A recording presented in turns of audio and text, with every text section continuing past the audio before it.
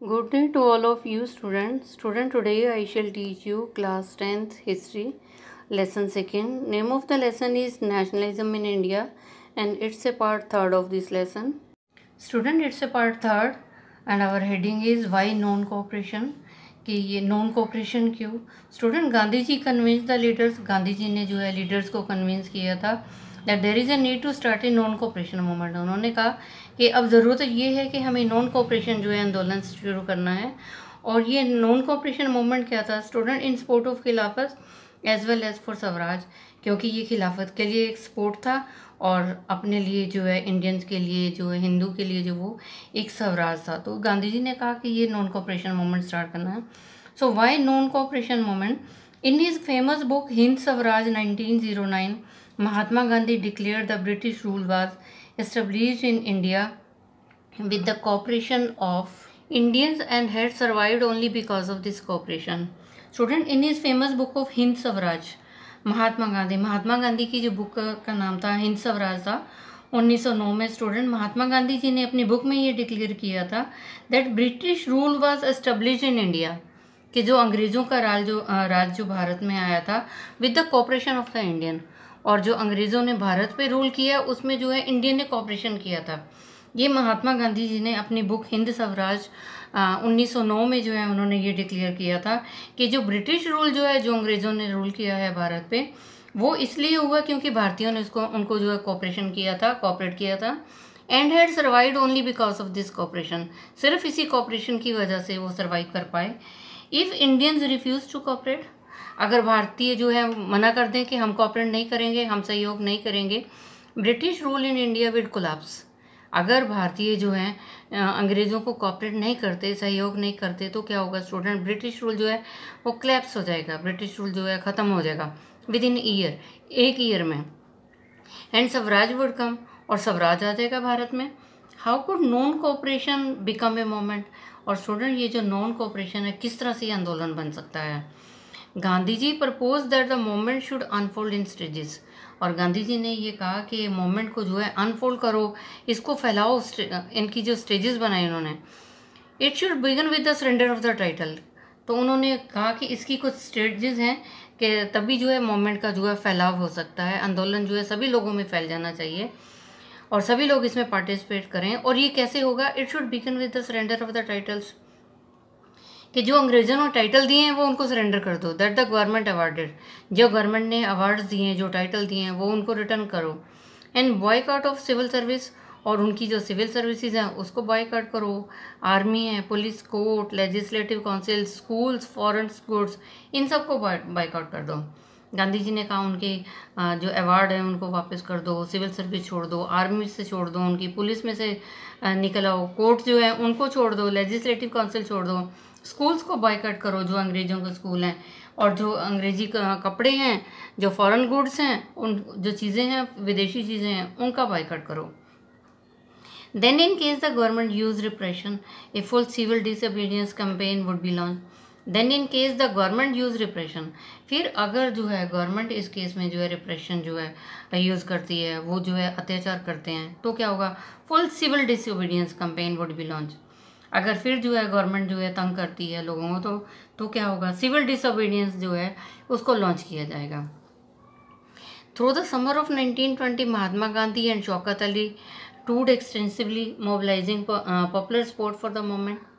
और फिर उसके बाद में क्या हुआ student?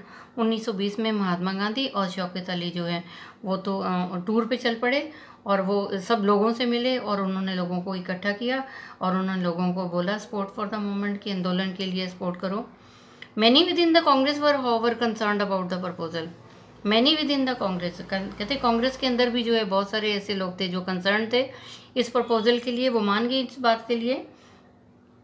They were reluctant to boycott the council election scheduled for November 1920 and they feared that the movement might lead to popular violence. कहते जो कांग्रेस में जो लोग थे स्टूडेंट, वो तो मेंबर वो तो मान गए, वो इस कंसर्न से जो है मान गए उसको, लेकिन दे वर रिलेक्टेंट, परंतु उनकी इच्छा नहीं थी, उनकी ये इच्छा नहीं थी कि बायकॉट कर दो, boycott the council election schedule, कि जो काउंसिल इलेक्शन हो रहे हैं उनको बायकॉट कर दो जो नवंबर 1920 में होने थे। और उनको डर था that the movement might lead to popular violence. उन्हें ये लगा अगर हम ऐसा करेंगे तो क्या होगा, वायलेंस हो जाएगा, मारधाड़ शुरू हो जाएगी, हिंसा शुरू हो जाएगी। In the months between September and December there was an intense tussle with the Congress, with in the Congress. और स्टूडेंट सितंबर में क्या हुआ, 1920 में तो इलेक्शन होने थे पार्लियामेंट के, काउंसिल इलेक्शन होने थे 1920 में, तो नवंबर में होने थे। और सितंबर में क्या हुआ स्टूडेंट, सितंबर में in the month between September and December there was intense tussle with in the Congress. Congress में जो है बहुत सारी जो है टसल हो गई, उनको जो है बहुत सारी टेंशन हो गई। For a while there seemed no meeting points between the supporters and the opponents of the movement. And for a while, और कुछ टाइम के लिए तो क्या हुआ student, there seem to be no meeting point. और कुछ टाइम के लिए तो देखा उनके अंदर कोई मीटिंग्स ही नहीं हो रही थी, ना सपोर्टर्स ना ओपोनेंट्स ऑफ द मूवमेंट में। तो finally at the Congress session at Nagpur in December 1920, तो स्टूडेंट आखिर में क्या हुआ, जो कांग्रेस सेशन जो है नागपुर में हुआ दिसंबर 1920 में, एक compromise was worked out and the non cooperation program was adopted। कहते जब कांग्रेस सेशन हुआ नागपुर में दिसंबर 1920 में, उसमें क्या हुआ, एक कॉम्प्रोमाइज़ किया गया। ये कॉम्प्रोमाइज़ किया गया that the non cooperation programme was adopted, कि नॉन कोऑपरेशन प्रोग्राम जो है इसको अडॉप्ट किया जाएगा, कि वो कोऑपरेट नहीं करेंगे एक रीजन को। How did the moment unfold, फिर ये मोमेंट किस तरह से अनफोल्ड हुआ student, who participated in it, और कौन थे जिन्होंने इस मोमेंट में भाग लिया। How did different social group conceive of the idea of the notion non cooperation, how did the different social group, और समाज के जो हमारे डिफरेंट सोशल ग्रुप थे उन्होंने ये नॉन कोऑपरेशन आइडिया को क्या समझा, उनके लिए ये नॉन कोऑपरेशन आइडिया का मतलब क्या था। Student our next point is differing stands with in the moment. तो आंदोलन में भी जो था डिफरेंट पहलू थे स्टूडेंट, अलग अलग पहलू थे। द नॉन कोऑपरेशन खिलाफत मूवमेंट बिगन इन जनवरी 1921, और जो नॉन कोऑपरेशन खिलाफत मूवमेंट था स्टूडेंट, ये जनवरी 1921 में शुरू हुआ। Various social group participated in this movement, और समाज के जो अलग अलग ग्रुप थे स्टूडेंट उन्होंने इस आंदोलन में पार्टिसिपेट किया। Each with its own specific aspiration, और सबकी जो अपनी एस्पिरेशन थी, सबकी अपनी जो है आइडियाज़ और इच्छाएं थी। All of them responded to the call of Swaraj, और सभी ने जो है इस स्वराज को जो है रिस्पॉन्स दिया, कि सभी ये चाहते थे कि स्वराज चाहिए। But the term mean different things to different people. कहते ये स्वराज का मतलब था, जो फ्रीडम था कि हमारा अपना राज्य होना चाहिए, इस टर्म का मतलब जो था डिफरेंट लोगों के लिए डिफरेंट था। The moment in the towns, तो हम पहले ये पढ़ेंगे ये आंदोलन जब टाउन में था तो क्या कंडीशन थी student. The moment started with middle class participation in the cities, और कहते ये मोमेंट जो है शहरों में शुरू हुआ, और शहरों में क्या मिडिल क्लास जो लोग थे उन्होंने पार्टिसिपेट किया। Thousands of students left government controlled schools, colleges, headmaster, teacher resigned, and lawyers gave up their legal practice। तो स्टूडेंट क्या हुआ, थाउजेंड्स ऑफ स्टूडेंट्स, कई हज़ारों लोग जो हैं उन्होंने जो है लेफ्ट गवर्नमेंट कंट्रोल स्कूल, जो गवर्नमेंट स्कूल चलाती थी उनको छोड़ दिया, कॉलेजेस को छोड़ दिया, और जो हेडमास्टर थे उन्होंने छोड़ दिया, टीचर्स ने रिज़ाइन कर दिया, जो वकील थे उन्होंने कोर्ट छोड़ दिया, उन्होंने लीगल प्रैक्टिस करनी छोड़ दी।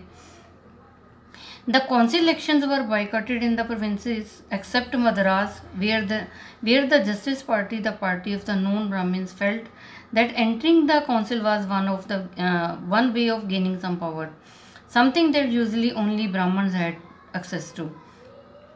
तो स्टूडेंट जो काउंसिल इलेक्शंस थे, council elections were boycotted in most provinces, और जो काउंसिल इलेक्शन थे वो बहुत ज़्यादा प्रोविंसेस में जो है वो तो ख़त्म, बॉयकॉट कर दिए थे, लोगों ने उसमें जो है पार्टिसिपेट ही नहीं किया। सिर्फ एक मद्रास को छोड़ के बहुत सारे ऐसे जगह थे जिसमें जो है काउंसिल पर इलेक्शंस को जो है बॉयकॉट कर दिया गया था। और मद्रास में क्या था, वेयर द जस्टिस पार्टी, मद्रास में जो है जस्टिस पार्टी थी, the party of non Brahmin. Madras में एक जस्टिस पार्टी थी, और इस पार्टी में कौन लोग थे, जो नॉन ब्राह्मण थे। उन्होंने क्या सोचा स्टूडेंट, उन्होंने सोचा felt the entering the council was, कि अगर वो काउंसिल में एक बार एंट्री कर लेंगे तो इससे क्या होगा, उनको कुछ पावर हासिल हो जाएगी। इस वजह से उन्होंने जो है काउंसिल इलेक्शन को बायकॉट नहीं किया। किन्होंने नहीं किया स्टूडेंट, जो नॉन ब्राह्मण थे और जो मद्रास में रहते थे।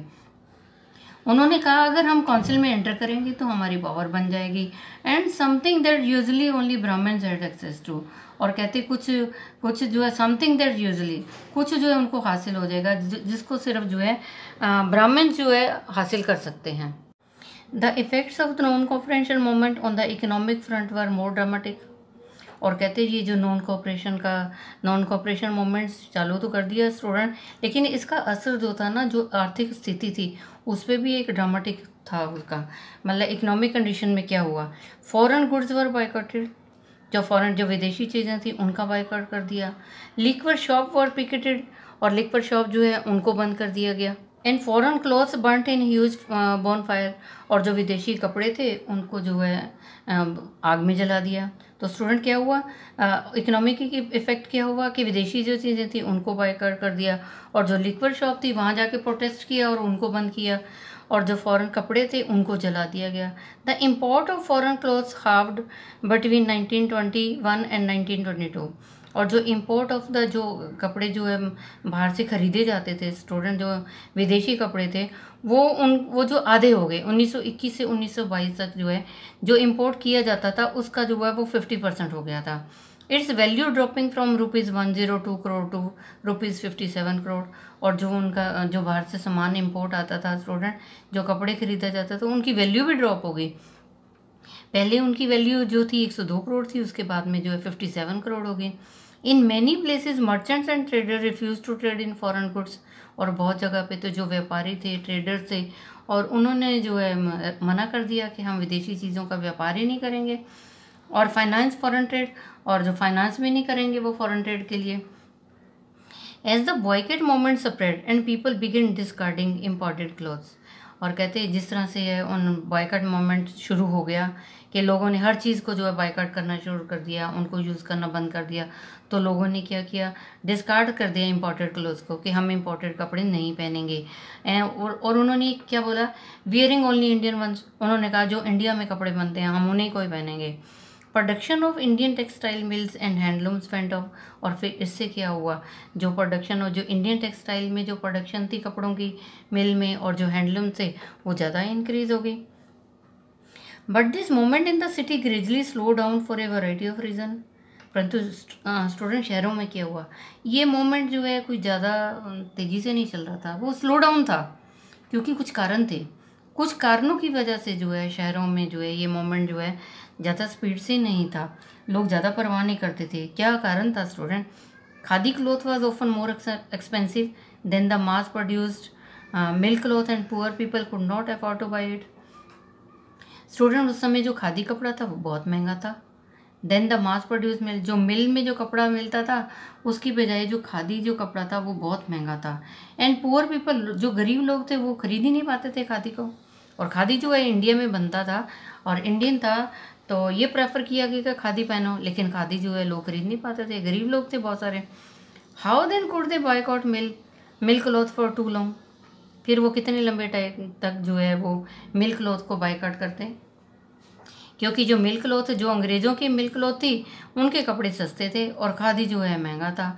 फिर वो कितने टाइम तक के, कितने लंबे टाइम तक जो है बायकॉट करते मिल्क क्लॉथ को, क्योंकि वो कपड़े नहीं खरीद पाते थे। Similarly the boycott of the British institution pause a problem, और इसी तरह से जो ब्रिटिश इंस्टीट्यूशन थी उनको बायकॉट तो कर दिया, लेकिन ये भारतीयों के लिए तो एक प्रॉब्लम आ गई, अब कहाँ जाएं पढ़ने के लिए। For the moment to be successful alternative Indian institution had to be set up, कहते फिर वो तो अंग्रेज़ों की इंस्टीट्यूशन थी, वहाँ तो गए नहीं, और फिर for the moment to be successful, तो अगर मोमेंट को कामयाब बनाना था तो उसके लिए इंडियन इंस्टीट्यूशन का होना ज़रूरी था। To be set up so that they could be use in place of British one, ताकि जो अंग्रेज़ों, जहाँ पे अंग्रेज़ जाते हैं उसकी बजाय जो अंग्रेजी इंस्टीट्यूशन की बजाय वो इंडियन को जो है जा सकें, इसलिए इंडियन इंस्टीट्यूशन को भी सेटअप करने की ज़रूरत थी। These were slow to come up, तो बहुत धीरे प्रोसीजर था कि वो अपनी इंस्टीट्यूशन बनाएं, तो ये कोई इजी प्रोसेस नहीं था कि जल्दी जल्दी से इंस्टीट्यूशन बन जाएंगी। So students and teacher began trickling back to the government school. फिर क्या हुआ, स्टूडेंट्स को, जब स्टूडेंट को पढ़ने के लिए नहीं मिली, इंस्टीट्यूशन नहीं मिले इंडियन इंस्टीट्यूशन, टीचर को कहीं जॉब नहीं मिली, तो उन्होंने, टीचर को कहीं इंडियन स्कूल नहीं मिले, तो उन्होंने दोबारा से ही फिर गवर्नमेंट स्कूल में जाना शुरू कर दिया। और जो लायर थे उन्होंने भी क्या किया student, lawyer joined back work in the government courts. तो लायर भी जो थे उनकी भी इकोनॉमिक कंडीशन अच्छी नहीं थी, इसलिए उन्होंने भी दोबारा से जो अंग्रेज़ों की कोर्ट थी उसमें जाना शुरू कर दिया। Student, I have taught you part third of this lesson. Rest of the thing I shall tell you in the next educational video. I think you might have understood. Student, you tell it to other students so that they can also understand this lesson. And students, stay safe, stay at home, obey your parents. Thank you. Have a nice day. God bless you all.